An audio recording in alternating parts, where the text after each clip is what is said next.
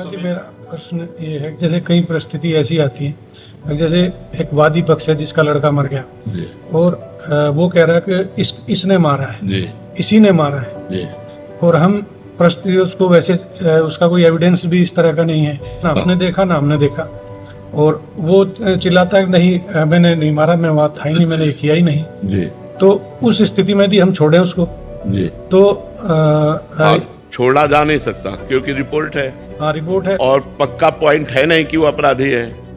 तो वही आरोप जो अभी हाँ। पुलिस ने ये कर लिया होगा, इसलिए हाँ, छोड़ दिया। बिल्कुल, बिल्कुल। अभी कुछ दिन पहले, अभी 3-4 दिन पहले इस तरह की एक घटना थी, 8 दिन पहले, जी तो इसी तरह का था, वो पारिवारिक मामला था जी और वो नहीं माने कि नहीं यही है, तो वहाँ ऐसा लगता है कि वहाँ जिम्मेवारी हमारे पे भी करना। नहीं, उस समय आपकी जिम्मेवारी, क्योंकि आप अंतर्यामी तो है नहीं। अंतर्यामी का मतलब जो पर्दे के पीछे की बात है वो तो पता है नहीं।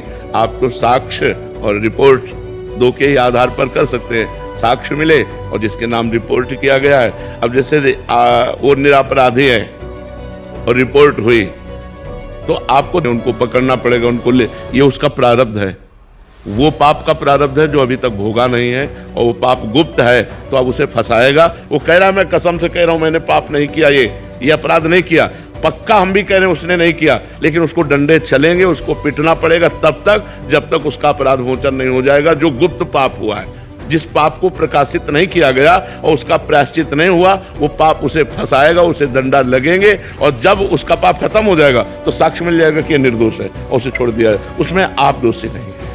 अब इसी में आपको अर्थ दे दिया जाए और कहा जाए इनको, वो गड़बड़ हो जाए। आपको रिपोर्ट की गई तो अपने रिपोर्ट के अनुसार कार्य करने में आपको कोई दोष नहीं, लेकिन जब कोई अर्थ आपको दे देगा तो स्पष्ट हो गया कि वो अर्थ बल से उनको दंड दिलाना चाहता है, उसमें हमें सावधान रहना है।